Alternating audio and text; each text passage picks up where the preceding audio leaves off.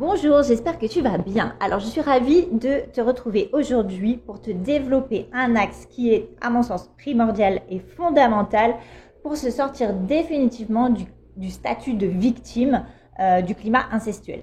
Alors, je le rappelle encore une fois, le climat incestuel, c'est une ambiance perverse dans laquelle souffle le vent de l'inceste, instauré depuis l'enfance par un ou plusieurs membres d'une même famille, mais sans passage à l'acte physique.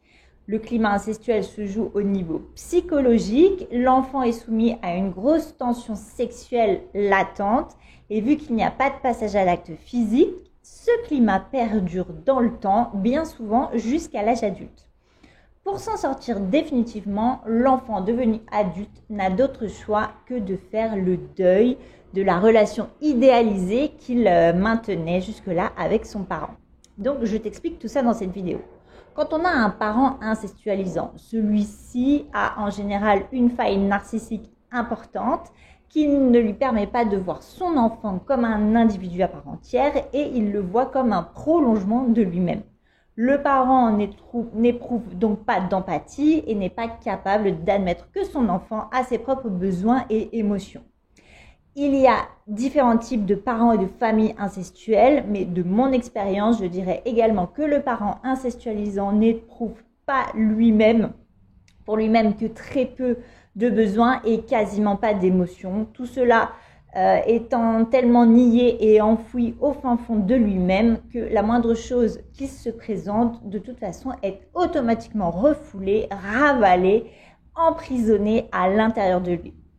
Donc mon sentiment est qu'il en ressort plutôt des devoirs et des pulsions à la place de besoins sains et d'émotions normales comme tout le monde en a. Donc ces deux facteurs mis ensemble, donc le fait que l'enfant ne soit pas reconnu comme une personne à part entière et que le parent n'ait pas d'émotions, comment voulez-vous que enfant et parent arrivent à avoir une connexion émotionnelle et un lien d'amour ? C'est tout simplement impossible. Et pourtant, l'enfant va tout faire pour créer ce lien, car de base, lui, il aime son parent.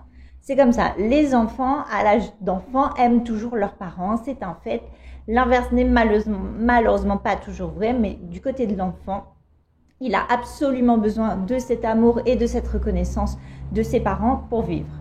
L'enfant ne remettra donc jamais en cause son parent, donc s'il sent qu'il y a quelque chose qui dysfonctionne dans la relation avec son parent, eh bien c'est lui qui va remettre en question. Il pensera toujours que le problème vient de lui, qu'il n'est pas assez gentil, qu'il n'est pas assez sage, qu'il n'a pas assez de bonnes notes, qu'il n'est pas assez intéressant, ou alors qu'il est trop bruyant, trop accaparant, ou tout simplement qu'il est de trop. Et donc l'enfant essaiera alors de deviner comment son parent voudrait qu'il soit et se contorsionnera pour essayer de devenir l'enfant qu'il pense devoir être dans le seul but d'être aimé de son parent.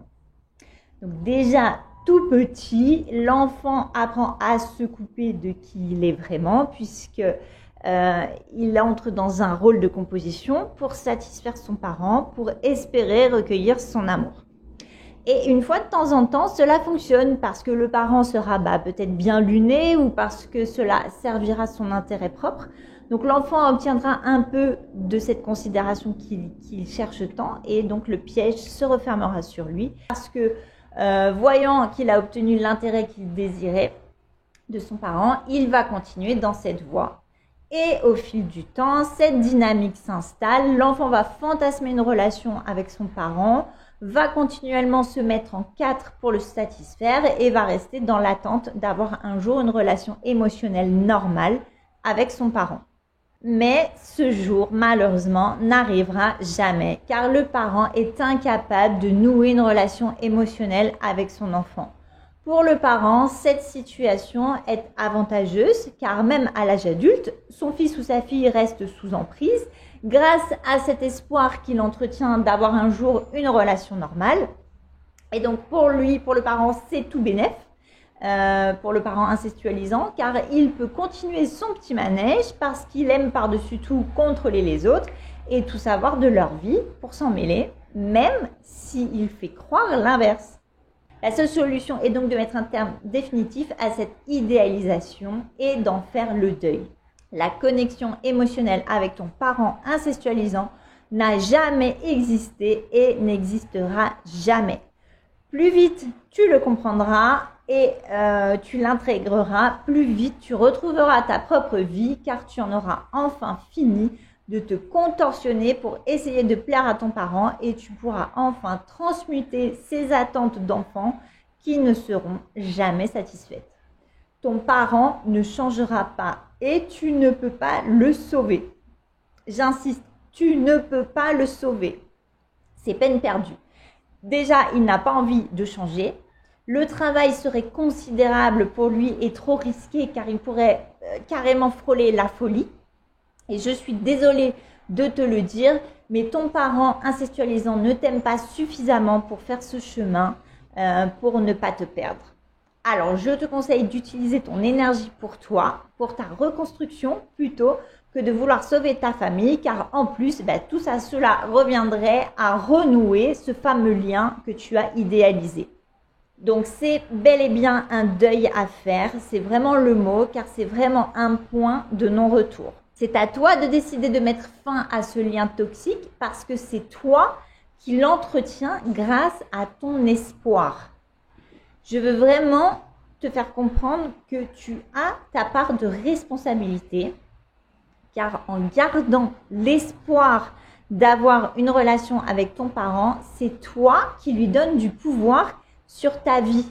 Et lui te tient avec ça et te maintient dans une sorte de dépendance affective. Donc, croisant mon expérience, la distance physique ne suffit pas. Je suis moi au Costa Rica et mon père est à peu près 10 000 km. Et pourtant, tant que je n'avais pas fait le deuil de notre relation, il continuait à avoir de l'emprise sur moi. Cette énergétique et vibratoire.